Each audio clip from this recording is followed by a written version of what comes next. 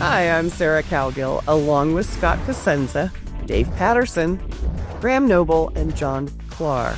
And this is The Conservative Five, an online TV production of Liberty Nation News.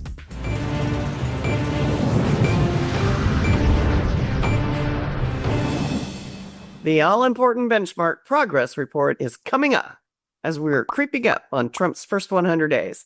What has he done right? What has he done wrong? I'm not even sure there's enough time to discuss what has happened. It's been a blaze, but we can pick out the high points. The first 100 days in Trump's bellwether, but Trump can make or break MAGA, depending on the decisions he makes. Mr. Klar, midterms are coming, and recent polling indicates that Republicans are slowly turning the country to red. Trump can't blow this first test.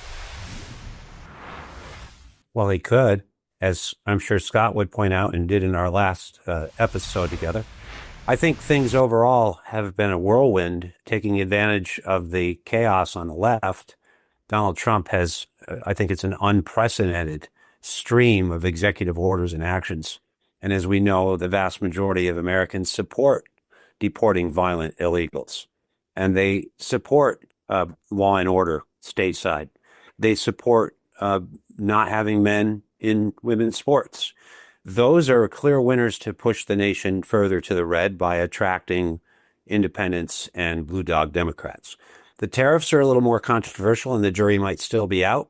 It seems that egg prices are down. That was one of the bellwethers that everyone focused on, and it's a complex issue, as I did write about for Liberty Nation also, and so has Andrew Moran. But I think, the tariff situation has concerned me a little bit because it has impacted the stock market, which can create consumer sentiments that are negative for the economy. I believe this is a highly overvalued stock market anyway, so it was already due for a correction. But I think, what's given me heart, especially recently, is whatever, even though Andrew Moran has suggested that the tariffs may work out to be a big nothing burger. Well, Eli Lilly, Pfizer, and a lot of other companies have already announced something of like $4 trillion or more of new investment in domestic production for pharmaceuticals and other factories. And that could be a win-win. And I think when people start seeing those jobs and that economic growth, that is a key factor for the Trump administration. So I think that may also have a lot of an impact. And then on the left, there's still disarray. So you have the whole lesser evil of things. The AOC Bernie campaign suggests they're already running for next year. So I think it seems that Donald Trump is in a position of strength and he's capitalizing on it every opportunity. All right, Graham, you're going to have the floor here. There was that surge for Trump, but does it translate to a 2028 candidate?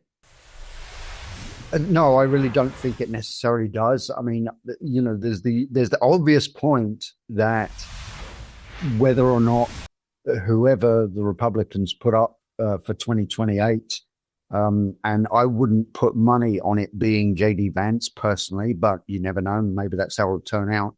But whoever the Republicans put up, obviously they're going to win or lose on, Trump's achievement and the congressional Republicans, what they've managed to achieve during Trump's term, which of course could all be sabotaged enormously if the Republicans cannot manage to hold it together for the midterms in 26 and they lose control they're not likely to lose control of the Senate really, but they could maybe lose control of the House. And of course, then things could be very messy in the run up to 2028.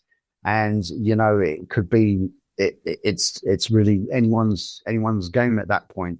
I think really the secret for the Republicans is to manage to find a candidate who is Trumpian enough.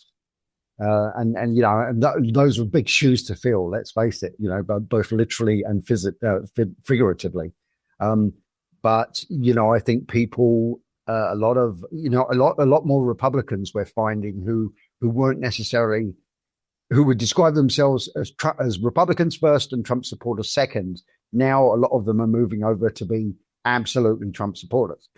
And I think a lot of these people are going to want the Trumpism, the MAGA, to continue after 2028, after Trump is gone, they need a candidate who can convince everybody that they are the one to really do that, that they're like the, if you like, the second or maybe perhaps the third coming of Trump. Well, okay, Graham, good point. But Dave, I mean, I want to know how the world is perceiving us. I mean, do we have a strong country? Do we have a strong military, or are we an enemy easy to take on? Okay, the quick answer is strong country, yes. Strong military, yes. An easy enemy to take on, no. I think if you're looking for a single word that would characterize how the international community looks at us right now, would be anxious. International friends, allies, and enemies, they've built an image over the last 4 years of a U.S. that's based on a lack of realism. The previous administration was feckless and didn't really stand up for much. And so now the international community is having trouble wrapping their heads around the America First single-mindedness of Trump.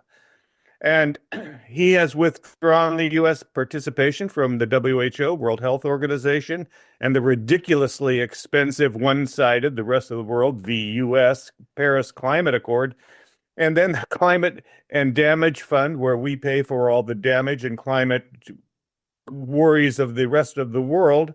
And he's reduced the dependence of organizations like NATO on the U.S. But I think it's a mixed and unusual bag, actually. Countries like Russia and China, actually, believe it or not, seem more welcoming to Trump's style. They kind of understand it. Polls actually reflect that citizens of Russia and China see the Trumpian policies as actually reducing tensions, and it's principally because they see him as open to negotiate with the Putins and the Xis, which other administrations have been less likely to do.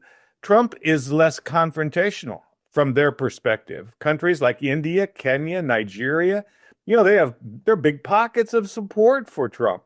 And again, as you might suspect, countries like Israel and the Philippines, in a Pew survey that was taken recently, have confidence in Trump during his first term, which was 77% and 71% favorability, respectively. So the negative impressions rise from the Trump's exploitation of the cuts to international aid, like USAID.